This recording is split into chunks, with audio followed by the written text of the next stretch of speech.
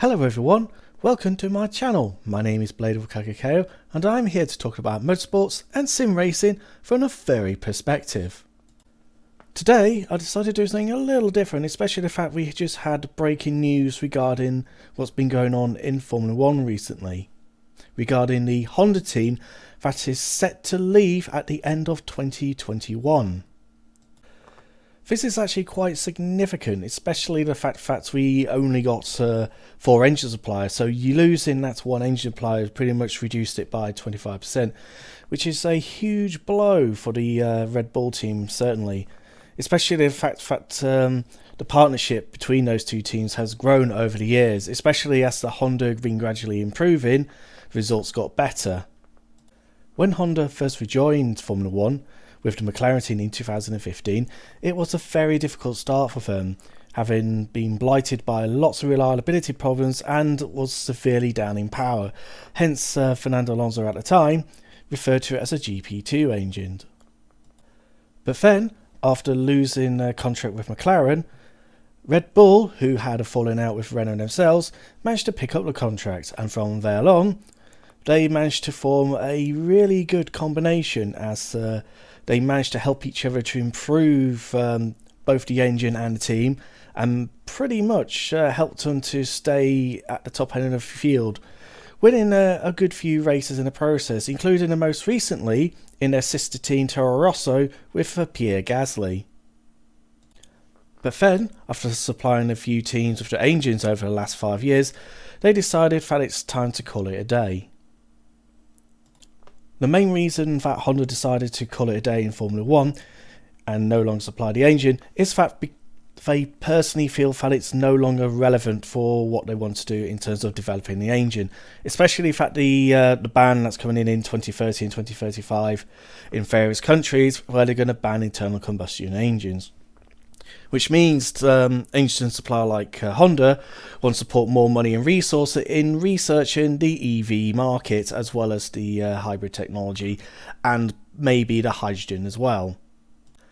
I pretty much understand where Honda is coming from, and in some retrospects I do feel that, considering that Formula 1 is usually the forefront for car technologies, but recently they seem to be falling behind, especially that more and more manufacturers want to look into creating electric cars and electric vehicles, and a lot of them starting to feel that Formula 1 is not the way they want to go, which is a bit of a shame really, and it's something that Formula 1 needs to consider when they decide to do a big engine change in 2025.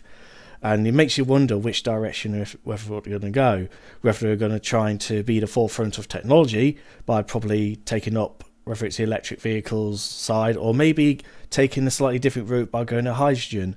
But if they don't, I do feel that if they're not careful, they might end up losing more what they bargained for. Even though that some of the Formula 1 purists would like to go back to the days of V8s and V10s when you hear the mighty roar of the gas-guzzling engines.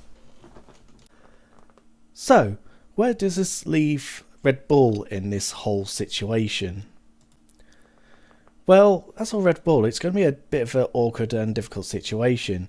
It doesn't help for the fact that they had a bit of a falling out with Renault, which is why they decided to leave them in the first place, especially the fact they felt that there was a lack of transparency and the fact they didn't quite get the performance and reliability they need. As for Mercedes though, the trouble with trying to get Mercedes engines is that Mercedes is already supplying a lot of teams and have pretty much reached its limits and capacity to supply any more teams in its current situation. Meanwhile, on the other end scale, you have Ferrari. And unfortunately, Ferrari, certainly in this season and possibly in the next season as well, Ferrari are currently horrendously down on power. And it's something that might actually cause a bit of a problem for Red Bull, especially if they want to maintain the fact they want to be fighting up front in the field. Which means that the only realistic option if they want to stay competitive is probably to try and kiss and make up with the whole Renault management themselves to allow them to supply the engines. However, this may not go down well with Renault, especially considering how bad the fallout was. But luck may be on Red Bull's side, as it has been stated in the Article 9 of the FIA technical regulations that the engine supplier with the lowest amount of teams which are fielding the cars, which is currently Renault, will have to be forced to supply the engines to the team. But then again, it all depends on the situation, what Red Bull want to go in direction.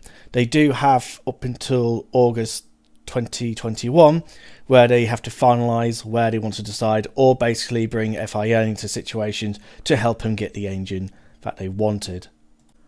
Meanwhile, there may be another problem that Red Bull has to face, especially that they have to try and somehow keep hold of once in their generation lifetime of talent, Max Verstappen, who has said to believe to have a clause in the contract that might be related to not only with the engine, but also whether they can win the world title in the current car situation.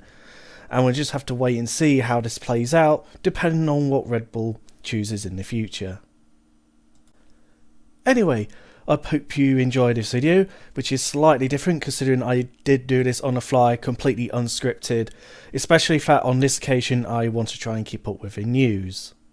If you do like this, what I've pretty much done, please hit both like and subscribe to this channel. See you soon, and how you later. Ow!